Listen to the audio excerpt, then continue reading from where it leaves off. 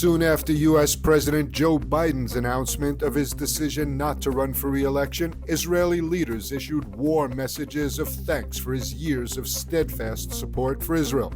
President Isaac Herzog posted, "President Biden was the first U.S. president to visit Israel in wartime. He is a recipient of the Israeli Presidential Medal of Honor, a true ally of the Jewish people, and a symbol of the unbreakable bond between our two peoples." Opposition leader Lapid posted a photo with the U.S. leader with the words, "Thank you." Former Prime Minister Naftali Bennett called Biden a true friend of Israel who stood by us in our most difficult moments. Defense Minister Yoav Gallant thanked Biden for his unwavering support for Israel over the years, saying, "Your steadfast backing, especially during the war, has been invaluable." As of this broadcast, Prime Minister Netanyahu has yet to issue a statement. Netanyahu is scheduled to fly to Washington today and is due to meet President Biden tomorrow ahead of his speech in both houses of Congress on Wednesday. Hundreds of anti-government protesters gathered outside Ben Gurion Airport to demand that Netanyahu stay in Israel and sign a hostage for ceasefire deal, while hardline members of the coalition are threatening to topple the government if the deal goes through. Prime Minister Netanyahu announced that the Israeli team will head back to the negotiating table on Thursday, but with a tough Israeli position based on the Prime Minister's non-negotiables. Defense Minister Gallant welcomed Netanyahu's decision to return to the talks, tweeting, "Even if there are disagreements, the entire security establishment has your back in the mission to bring about an agreement."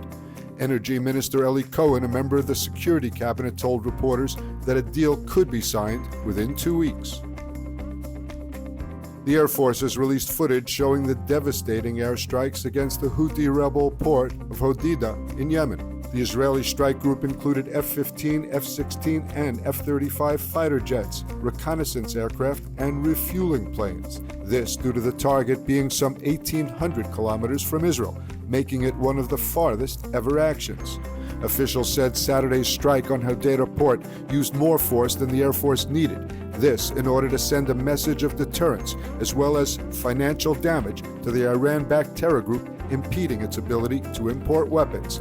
The officials believe that the strike projected a message to Israel's enemies, especially Lebanon's Hezbollah, that Israel is capable and willing to target dual-use civilian military infrastructure.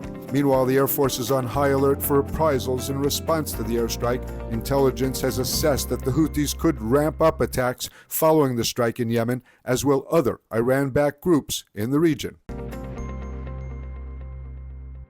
Experience the power of truth with ILTV News. If you're looking for quality content and captivating visuals, join our news community and become an integral part of our team as we embark on a mission to unveil the real Israel, dismantling the web of lies and misinformation that surround reporting on Israel.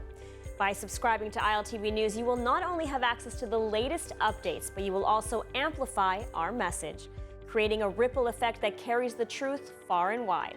Subscribe today and help reshape the narrative. Available on the web, Android, and Apple.